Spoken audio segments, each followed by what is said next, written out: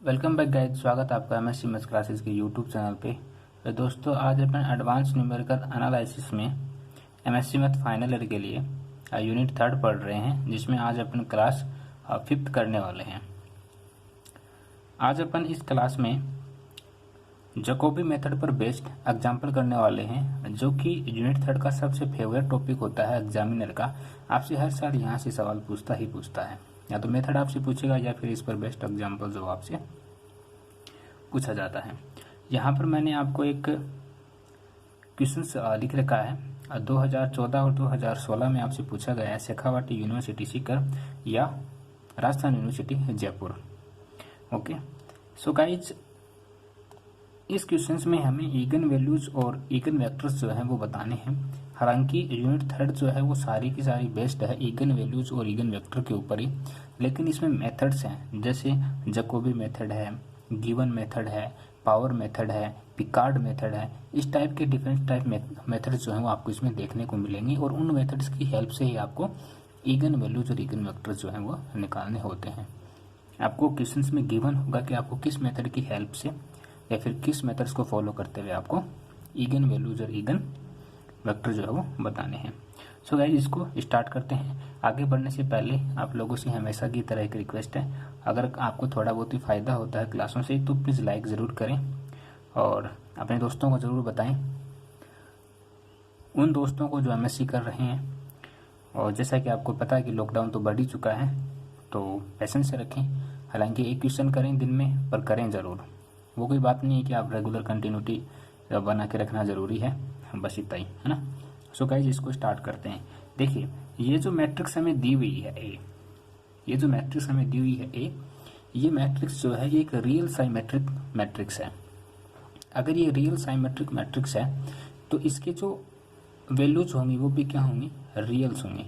और अगर ये रियल्स होंगी तो इसमें जो लार्जेस्ट डायगोनल होंगे वो कौन से होंगे, जो लार्जेस्ट डायगोनल्स होंगे वो। देखिए, सबसे पहले हम बात करते हैं इसके मेथड की, है ना। जैकोबी मेथड से होता है, उसी के बारे में अपन बात करेंगे। तो जैकोबी मेथड से हमने फाइनल रिजल्ट निकाला था। इससे पहले वाली क्लास में हमने जैकोबी मेथड्स को प्रूव किया था, तो हमने पहले उसमें जो है वो निकाला था, जो उसका फाइनल सॉल्यूशन जो हमारे पास आया था वो आया था tan 2 theta equal to 2 a iota j upon a iota iota minus a j। ठीक है, ये हमारा फाइनल सॉल्यूशन आया था, यानी कि हमें tan 2 थीटा की वैल्यू जो है इस क्वेश्चन में बतानी है। सो गाइज,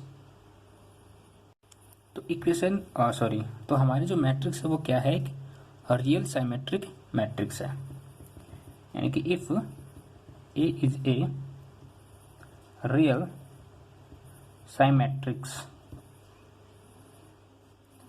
अगर ये रियल साइमेट्रिक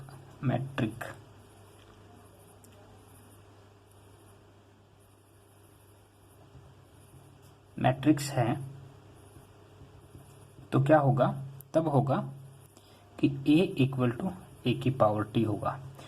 अगर ऐसा होगा तो इसकी जो वैल्यू है then the eigen values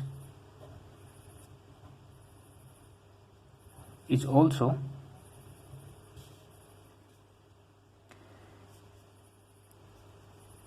real.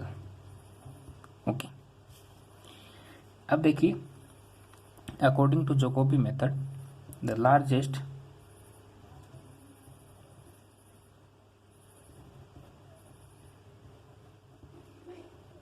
largest of diagonal element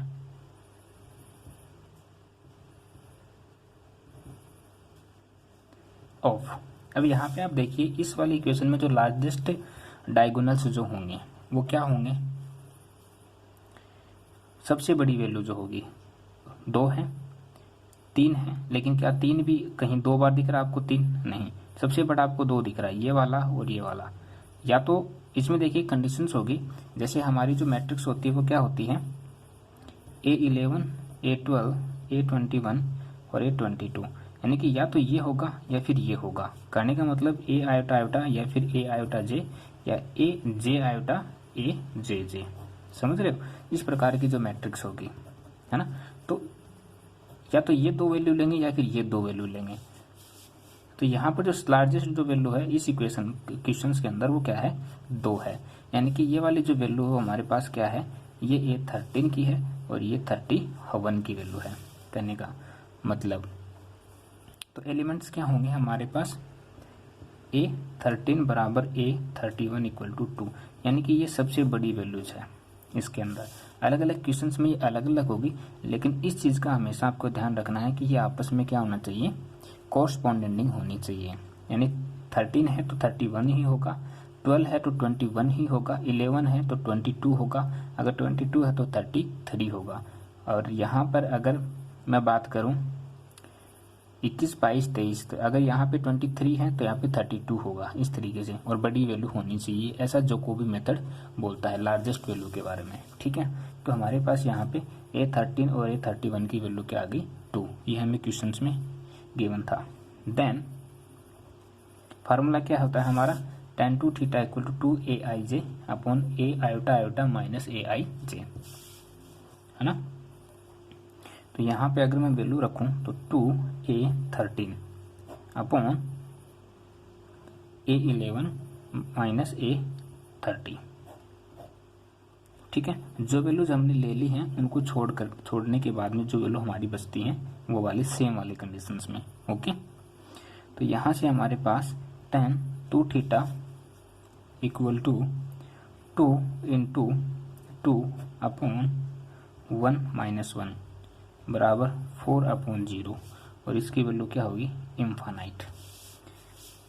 A11 और A33 की वैल्यू और A13 की वैल्यू तो हमने यहाँ पे 2 मानी है। A11 और A33 की वैल्यू हमारे पास क्या है, ये A11 की वैल्यू, ये A33 की वैल्यू है। तो हमने यहाँ पे सिंपल सी वैल्यू रखी है और हमारे पास ये वाली वैल्यू आई है। कहने का मतलब tan 2 थीटा की वैल्यू हमारे पास क्या आई है, इनफाइनाइट आई है ना। तो यहाँ से अगर मैं 2 थीटा की वैल्यू निकालूं तो मेरे पास आएगा tan इनवर्स इनफाइनाइट, ओके। और tan इनवर्स इनफाइनाइट मतलब इसको मैं क्या लिख सकता हूँ, tan 2 थीटा पाई बाई 2, यानी कि 90 की वैल्यू जो है वो क्या होती है, इनफाइनाइट होती है। तो यहाँ से थीटा की वैल्यू क्या आएगी मेरे पास, पाई बाई 4, यानी कि मुझे जो थीटा मिला है वो कितना मिला है, 45 डिग्री, ओके। इस 45 डिग्री का जो है वो बहुत ही बड़ा रोल जो अपने क्वेश्चंस में होने वाला है। अब गाइज यहाँ पर मैं आपको 2-3 वैल्यू बताऊंगा। क्यों बताऊंगा, क्योंकि अगर ये ऑर्थोनोगल मैट्रिक्स होती, इफ द ऑर्थोनोगल मैट्रिक्स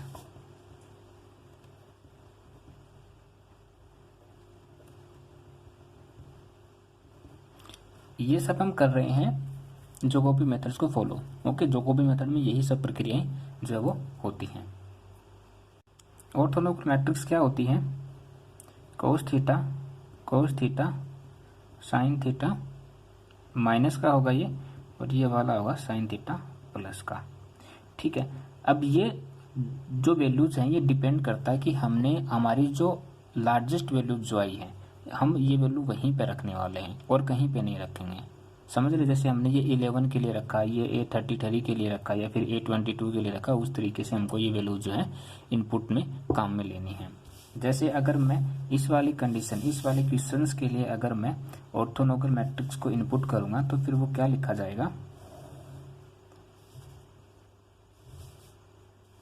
वो हमारे पास लिखी जाएगी Q1 equal to cos theta minus sine theta, और ये हो जाएगी साइन थीटा, और लास्ट वाली हो जाएगी कोस थीटा। बाकी ये जो बच गया ये हमें इस तरीके से लिखना होता है, ये हमारे पास गिवन होता है ऑलरेडी क्वेश्चंस में, ठीक है। ये वाली वैल्यू यहाँ से हम क्या करेंगे, Q1 थीटा बराबर हमें क्या रखना है, थीटा बराबर हमें पाई बाई 4 रखना है यहाँ से, ठीक है।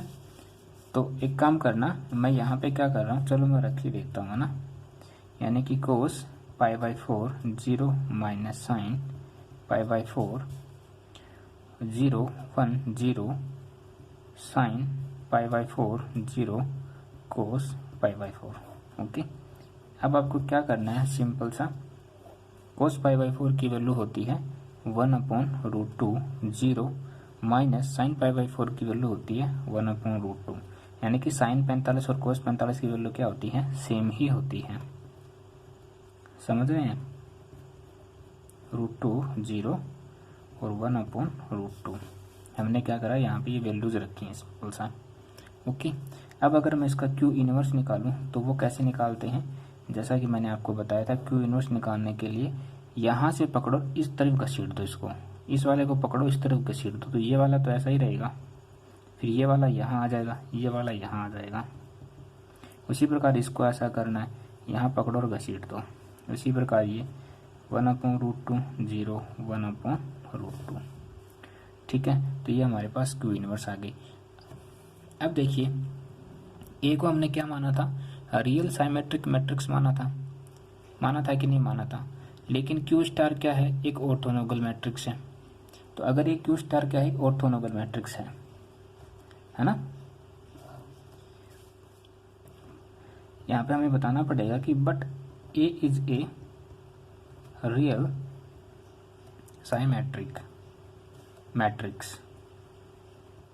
ठीक है, and Q star be a ऑर्थोनोगल।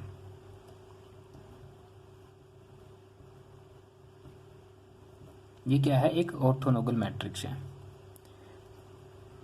Then Q star A Q equal to diagonal lambda iota. ये कहाँ होता है, ये अपनी जैकोबी मेथड्स की रिएक्शन है ये। ओके, ऐसा होता है।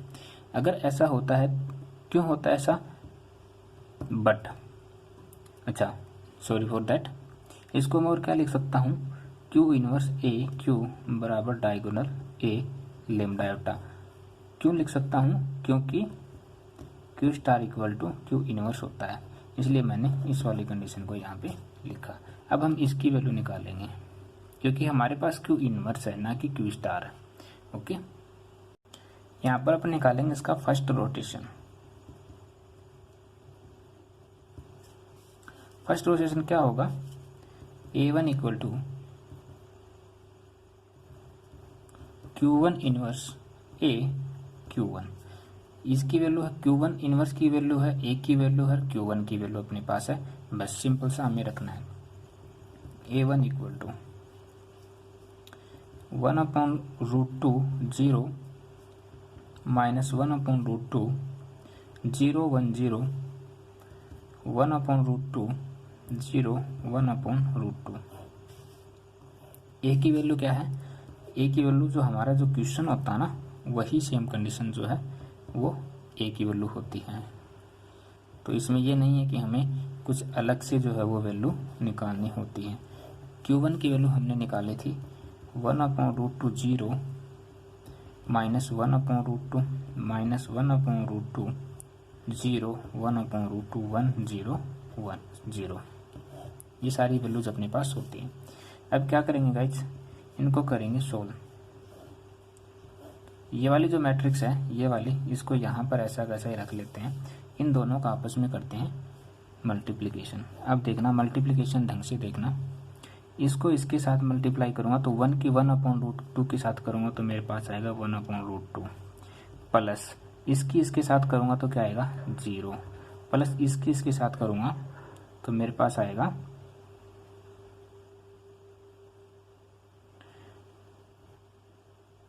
ये वैसे तो आएगा यहाँ पे प्लस, लेकिन ये माइनस है ना, इस वजह से ये माइनस का क्या आएगा 2/√2। ठीक है, अब क्या करना है आपको,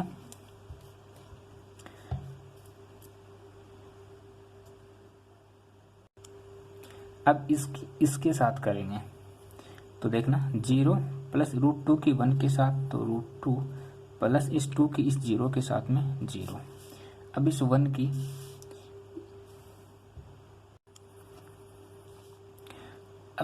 की इसके साथ तो यह आ जाएगा वापस 1/√2, इसकी इसके साथ प्लस 0 प्लस इसके साथ तो माइनस का 2/√2।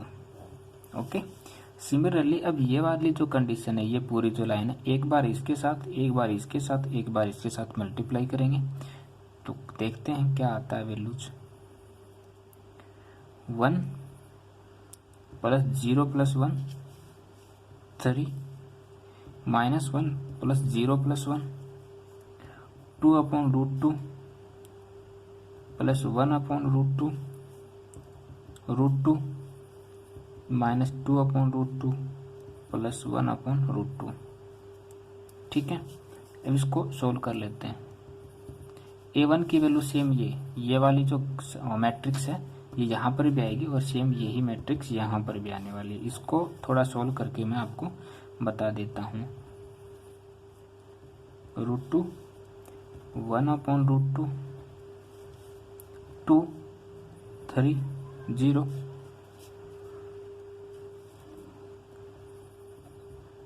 3 बाई रूट टू और ये -1 अपॉन रूट 2। ओके, अब क्या करना है गाइज, अपने को सिंपल ये वाली जो मैट्रिक्स है इस मैट्रिक्स को इसके साथ मल्टीप्लाई करना है। तरीका वही सेम तरीका रहेगा। ऊपर वाली जो रो है पहले इसके साथ, फिर ऊपर वाली रो को इसके साथ, फिर उससे ऊपर वाली रो को इसके साथ। ओके, तो यहाँ पे मैं आपको बताता हूँ किस तरीके से वैल्यू आएगी।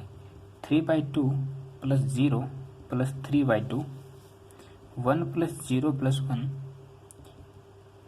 हाफ प्लस 0 माइनस हाफ, और 0 plus 2 plus 0, 0 plus 3 plus 0, 0 plus 0 plus 0, -3/2 plus 0 plus 3/2, -1 plus 0 plus 1 और -1/2 प्लस 0 -1/2। ठीक है, यहाँ पे मैं ये सारा मैट्रिक्स जो है लिख के देता हूँ।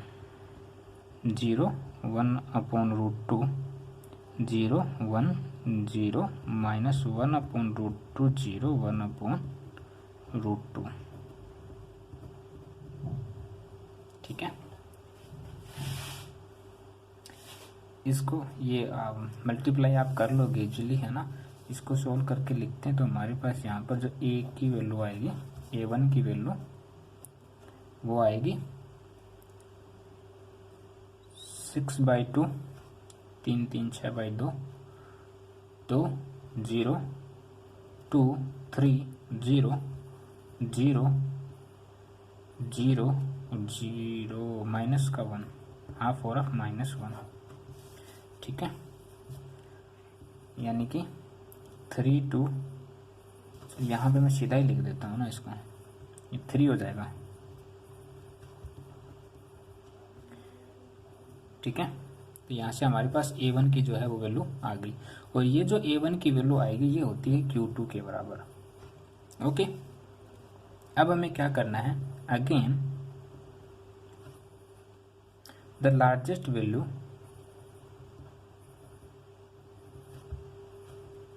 largest of diagonal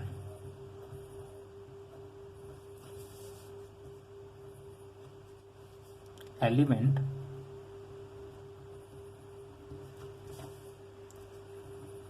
A12 बराबर A21 इक्वल टू 2। यहाँ पर देखिए आ रहा समझ, ये क्या है, A12 है और ये 21 है, ये सबसे बड़ी वैल्यूज है। हाँ, इस चीज़ का ध्यान रखना है कि दोनों वैल्यू सेम होनी चाहिए।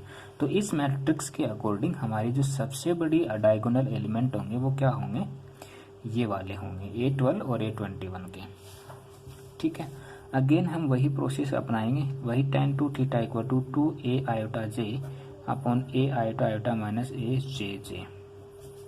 Okay, 2 into A12 upon A11 minus A22। ठीक है, तो वैल्यूज क्या हैं, 2 इंटू 2 अपॉन 3 माइनस 3 बराबर 4/0 यानी कि इन्फानाइट। ठीक है, ऑल्सो क्या हो जाएगा, थीटा इक्वल टू π/4 आ जाएगा अपने पास, यानी कि 45 डिग्री एंगल। ठीक है। 45 डिग्री एंगल पर साइन 45 की वैल्यू होती है 1/√2 और कोस ऑफ 45 की वैल्यू जो है वो होती है 1/√2। अब यहाँ पे आपको ये 45 नहीं लिखना है, यहाँ पर आपको ये लिखना है, ठीक है, कोस π/4। ये तो मैंने वैसे ही ले लिया, समझ रहे हैं ना आप? ओके। अब जो प्रोसेस हमने पीछे किया है सेम टू सेम, ये जो प्रोसेस हम यहाँ पे करके लाए हैं, यहाँ से अब यही प्रोसेस हमें A2 के लिए निकालना पड़ेगा।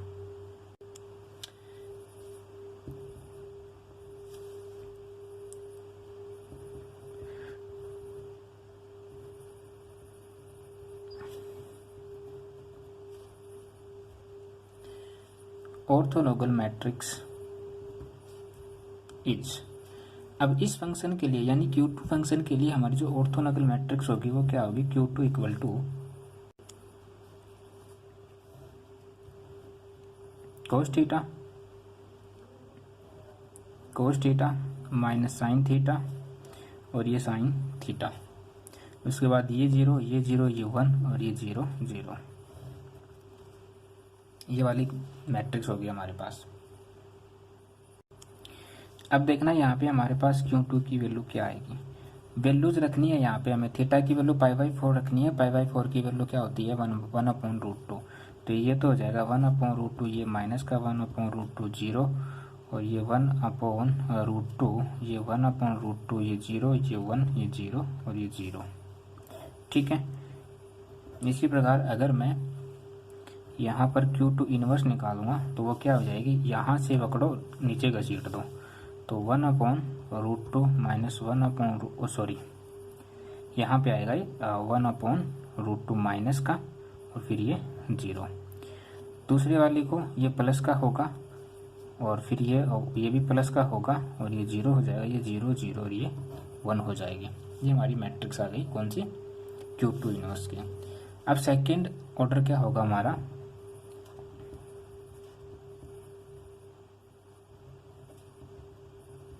फर्स्ट ऑर्डर हम निकाल चुके हैं Q1 वाला, ये Q2 है मतलब ये सेकंड ऑर्डर है। ओके, तो सेकंड ऑर्डर क्या होगा, Q2 inverse A Q2। Okay, सभी वैल्यूज हमारे पास हैं, सेम वही प्रोसेस करना है, मैं फटाफट आपको बता देता हूँ। Q2 इनवर्स की वैल्यू क्या है हमारे पास, ये रही, ठीक है, लगा देते हैं वही फटाक से। 1/√2 माइनस 1/√2 0, 1/√2 1/√2 0 0 0 1। ए की वैल्यू हमें क्वेश्चंस में गिवन होती है 1/√2 2, ये √2 3, ये √2 2 √2 और 1, ये हमें क्वेश्चंस में गिवन है।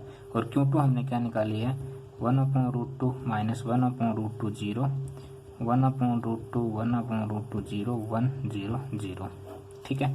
पहले इन दोनों के आपस में मल्टीप्लाई, वहां से हमें जो मैट्रिक्स मिलेगी उसकी इसके साथ मल्टीप्लाई, ठीक है। तो हमारा जो फाइनल रिजल्ट आएगा वो क्या आएगा, Q2 इनवर्स A Q2। जो फाइनल रिजल्ट जो आ रहा है मैं वही बता रहा हूँ आपको, या फिर एक स्टेप बता दूं, नहीं कुछ नहीं बताऊंगा, ये आपको खुद को करनी है, ठीक है। जो फाइनल रिजल्ट जो आ रहा है वो मैं आपको बता रहा हूँ। पहले इसके साथ मल्टीप्लाई करनी, तरीका मैंने आपको बता दिया है। वहां से एक मैट्रिक्स मिलेगी, उस मैट्रिक्स को इस मैट्रिक्स से मल्टीप्लाई करना, सेम जो फंडा इसमें काम में लिया वही फंडा इसमें, और वहां से हमें जो मैट्रिक्स मिलेगी वो मिलेगी 5 0 0 0 1 0 0 0 और -1, ठीक है। और ये जो फंक्शन है ये होगा A2 के बराबर, ठीक है। देन इगन वैल्यूज आर 5 1 और -1, 5 1 और -1, ये क्या हो जाएंगे हमारी इगन वैल्यूज हो जाएंगे। इगन वैल्यूज λ1 λ2 और λ3। Okay, so guys I hope so कि एग्जाम्पल आपको समझ आया होगा। बहुत ही फेवरेट एग्जाम्पल होते हैं, जैकोबी मेथड के जितने भी एग्जाम्पल है वो एग्जामिनर के बहुत ही फेवरेट होते हैं। वो यहाँ से क्वेश्चन आपसे पूछता ही पूछता है ना। इस पर बेस्ड एक एग्जाम्पल और लेके आने वाले हैं अपन। सो आज के लिए इतना ही, थैंक यू सो मच, मिलते हैं नेक्स्ट क्लास में। तब तक अपना ख्याल रखिए, हंसते रहिए, मुस्कुराते रहिए। थैंक यू सो मच दोस्तों।